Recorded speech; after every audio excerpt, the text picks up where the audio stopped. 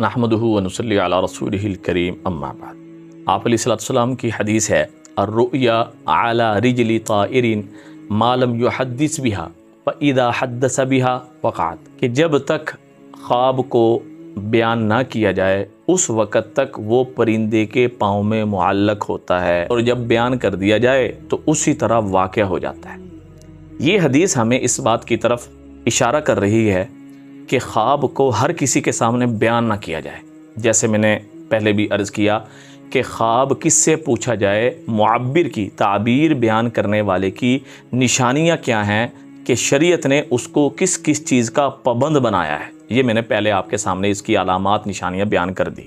اور آج ہمارے ایک دوست ہیں، انہوں نے ہم مجھ سے پوچھا اور اکثر پوچھتے رہتے ہیں وہ خواب کے حوالے سے کہ حضرت یہ بتائیں کہ ایک آدمی گنجا نہیں ہے اور وہ اپنے آپ کو خواب میں گنجا دیکھتا ہے تو اس کی کیا تعبیر ہے؟ خواب میں اگر کوئی بندہ دیکھ رہا ہے کہ اس کے بال اڑ گئے، وہ گنجا ہو گیا، اس کے سر پہ بال نہیں ہیں، تو یہ بظاہر تو بہت برا خواب محسوس ہو رہا ہے کہ بھی بہت برا خواب ہے، لیکن حقیقت میں اس کی تعبیر بہت اچھی ہے۔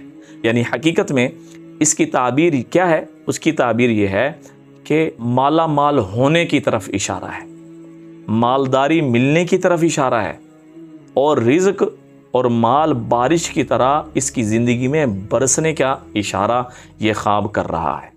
جس طرح ایک محاورہ بھی بنا ہوا ہے کہ جس کے سر کے بال اڑے ہوئے ہوں گے وہ اتنا مال والا ہوگا۔ آپ نے بھی شاید سنا ہوا ہو کہ بھئی جتنا گنجا ہوتا ہے، سر کے بال اڑے ہوتے ہیں، وہ اللہ پاک اس کو اتنا زیادہ مال دیتے ہیں۔ یہ کوئی حدیث نہیں ہے، لیکن یہ جو خواب ہے یہ صاحب معبر نے بیان کیا کہ جو اپنے آپ کو گنجا دیکھے تو یہ مالا مال ہونے، دلی مرادیں پوری ہونے اور رزق اور مال کے بارش کی طرح برسنے کی علامت ہے۔